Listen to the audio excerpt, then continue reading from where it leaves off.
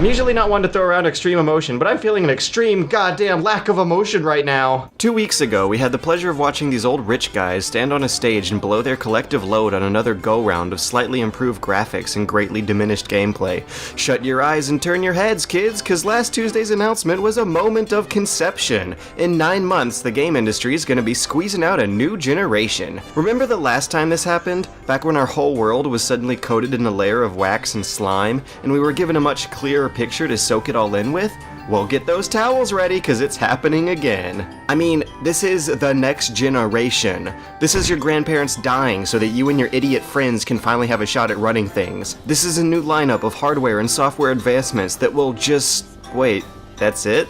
That's the next generation? But that looks like the current generation.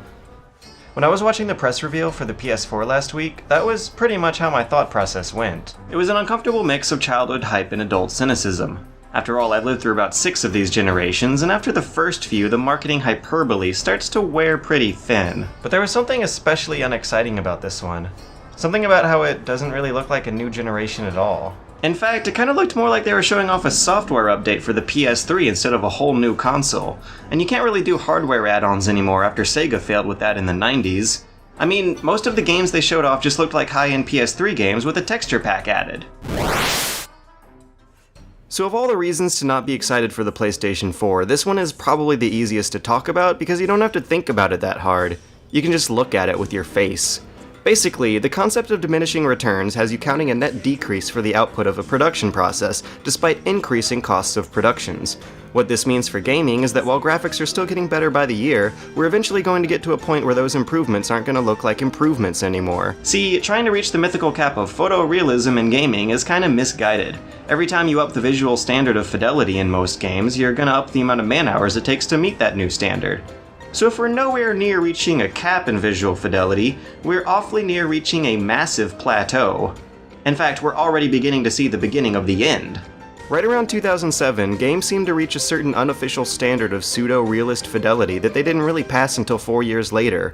So from Crysis up until, I'd argue, Battlefield 3, developers were pretty much slapping a bit of blur on stuff and calling it as photorealistic as they wanted. For almost half a decade, most games' graphics weren't actually getting better by the year, and while it was great not to have to buy any new PC hardware for 4 whole years, it also critically undermined the demand and even the idea of needing a next generation of consoles. In the meanwhile, we kept having folks like David Cage who periodically showed up to swear up and down that he can't make games for classy, mature people unless he has the technology to make his old wrinkly faces realer than ever. What's the deal with faces anyway? So all the while, people like him are forgetting that if you go back and load up on more stylized games from like 2003 and 4 and then blow them up to 1080p, they'll oftentimes paint a prettier picture than what you get out of the most brown, ugly, and realistic games of today. Hell, Wind Waker still looks better than its own sequels.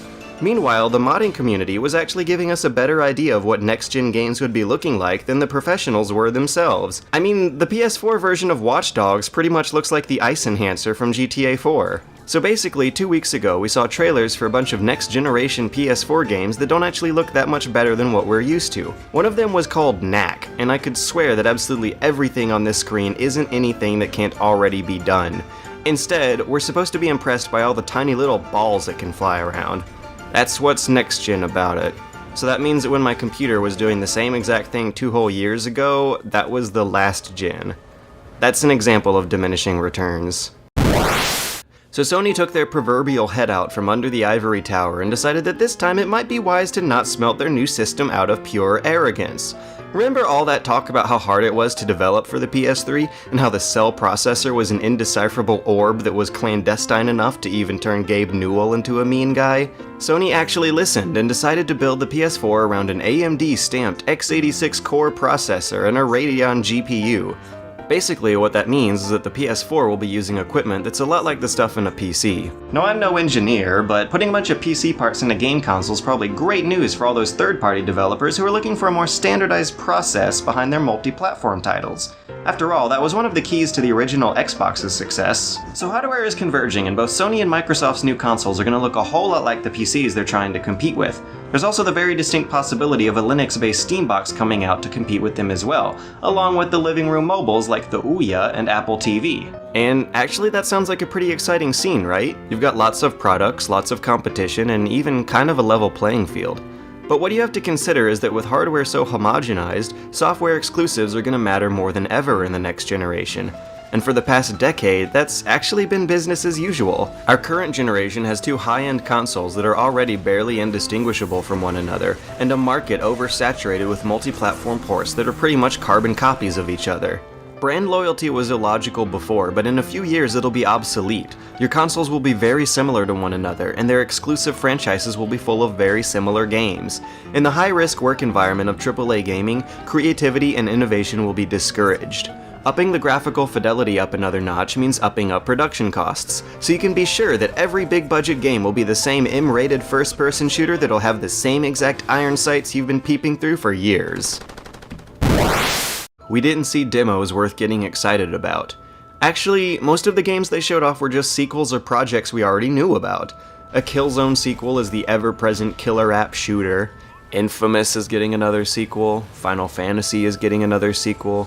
We already knew about Destiny, The Witness, and Watch Dogs. And just look at Blizzard's presentation. All they did was have a dude tell us that they're going to be PlayStation ports of Diablo 3. It's like they want to fail on as many platforms as possible. It's not like I was expecting to feel some totally incomprehensible culture shock with this announcement, but I was expecting the new generation to have a bit more new.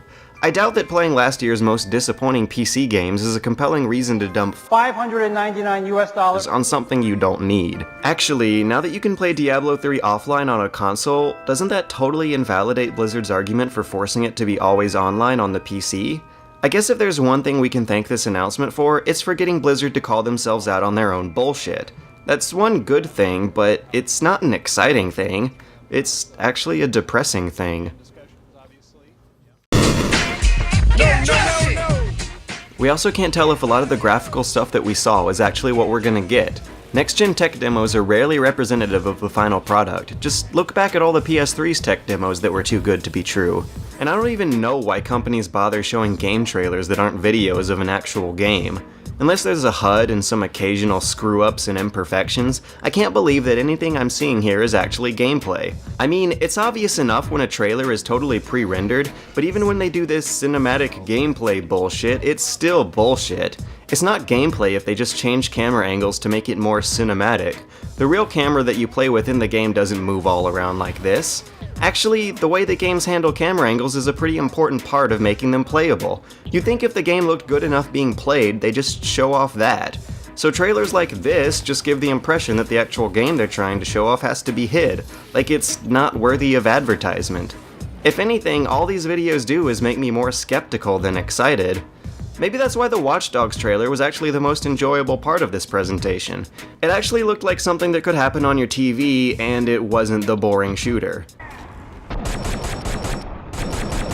It was also pretty amusing to see all the preceding talk about connectivity and social networking lead up to a game about how bad all that stuff is. Speaking of gratuitous online features and garish connectivity options, wasn't that actually the theme of the previous generation too? Tell me, what is this all about? The live marketplace, what is that? In the real world, the internet's given us things like eBay and Amazon where you can go buy real stuff. The live marketplace is that same concept, but for virtual stuff. So you want to go style your character with Mark Echo t-shirt? Boom, live marketplace. Go and style your character. All right, what about downloads, Jay? I mean, talk to me about that. The whole presentation seemed to be a celebration of the things that haven't been working as well as they did 7 years ago. Despite 2012 being such a bummer year for the executive branch of the gaming business, they haven't caught up with the times. The suits that created the PS4 want less competition, higher production costs, and completely apathetic and complacent customers. Sony doesn't want you buying games, it wants you subscribed to them, addicted to them, and paying for them forever. Betting on microtransactions means ruining established designs by encouraging repetition and grinding instead of actual fun. We've seen what happens when companies go overboard with these designs, and just 1 week after the PS4 presentation, EA announced that they'd be jumping the goddamn plank. Dead Space 3 has blazed a trail of awfulness by including pay-to-win microtransactions in a linear single-player game, and even though the game's commercial performance isn't anywhere near meeting its unreasonable profit margin, the people in charge have decided to keep failing.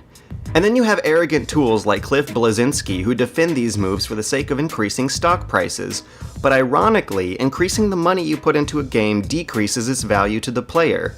Across this generation, the average single-player campaign barely hits 12 hours anymore, and games have become significantly more simplified and standardized. The next generation is going to be a den of inequity. Sony barely dodged a bullet when they miraculously decided not to block everyone from playing used games.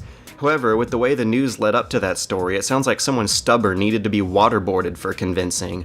Microsoft, on the other hand, is still upholding a policy of making sure that consumers get the least amount of value for their dollar as possible. Why can't a decently funded studio just work on a modest game with 2004 graphics and then make it and sell it for cheap? They wouldn't have to spend so much time detailing the snot in everyone's nose. Instead of needing to make another shooter, they'd actually be able to take creative risks, and maybe do something weird and new with old tropes. They could just stylize it up like Wind Waker, and they'd be able to pour a whole lot more resources into writing and voice acting instead of graphics. Why wouldn't that work? This console wasn't made for you. It wasn't made because Sony wants you to enjoy some new games, or because you've been missing out on some amazing new technology. No, it was made for Sony themselves, to get them out of a rut they created. You see, if you haven't been reading the news over the past, 18 months, you might not have noticed that pretty much all the big game makers out there are suffering. Consoles have usually been sold at a loss, and the price of licensed consumables like games are usually marked up so that consoles can make a profit. The problem is that the PS3 was sold at a loss for far too long to make up the difference. If they had started up a new gen after 5 years like usual, then the PS3's profit margin would have been so low that it wouldn't have been worth trying to sell a new console. But now they have to sell a new console, and after all these years of added internet features, the old one is too versatile to make the new one look like a necessity, and that's why the purchases you made on the PSN store years ago won't carry over to the next gen. It's so suspicious because these games can be played across 3 very different consoles already. It's like the technology's already there, but for some reason they're not allowing it. We've reached a literally self-destructive point of technological convergence here. Sony is actually competing with its own products. Plus, competition with computers and computer-esque devices is going to be bigger than ever, which is why they put so much effort into making bits of its hardware dedicated to minor little convenience features as opposed to taking the huge graphical leap. You can turn the console on and off as many times as you want without having to go out of your way to quick save. You can play your games as they download instead of having to wait for the laborious 20 minutes. Hell, if you're as lazy as the guy that Sony's accommodating for, you can even have your friends beat your games for you. This obnoxious bend towards social networking and cross-platform connectivity will ensure that wherever you go, you'll be under constant peer pressure to play the same games as your commoditized friends. You know, it reminds me a whole lot of that old existentialist play called No Exit, in which hell was depicted as a fairly poshly decorated living room where really nothing all that bad happens. The only problem is, you have to share it with other people for all eternity. We had all of these same problems last gen. Games got too expensive, game production got too expensive, creativity suffered, and so did customers. All of these problems were visible during the PS4's reveal, and it struck a nerve with people who are critical of bad business. After all, I'm not the only jaded asshole who's crossing his arms over this thing. It just looks like too little too late. Sony's taking a lot of right steps, but also a few wrong ones, and they're all a reaction to a bad situation. Plus, there's way less room for improvement than there was last time. It totally could be worse. It's already off to a better start than the PS3 was back then. $599 US. I guess that's why I'm just unexcited, as opposed to being filled with extreme emotion or something. So gaming consoles are occupying an increasingly small and crowded part of the living room, and the PS4 looks more like a social networking platform with a special focus on games than an actual game console. And selling a device that multifaceted in a market saturated with similar devices might be pretty hard. After all, that's kind of what my computer already is. I just can't get excited about this stuff anymore. Thanks to PlayStation 4 and our next-gen titles Watch Dogs, we have the answer. It will be all of you. Next-generation games blur the lines between the real and virtual worlds, more than ever before.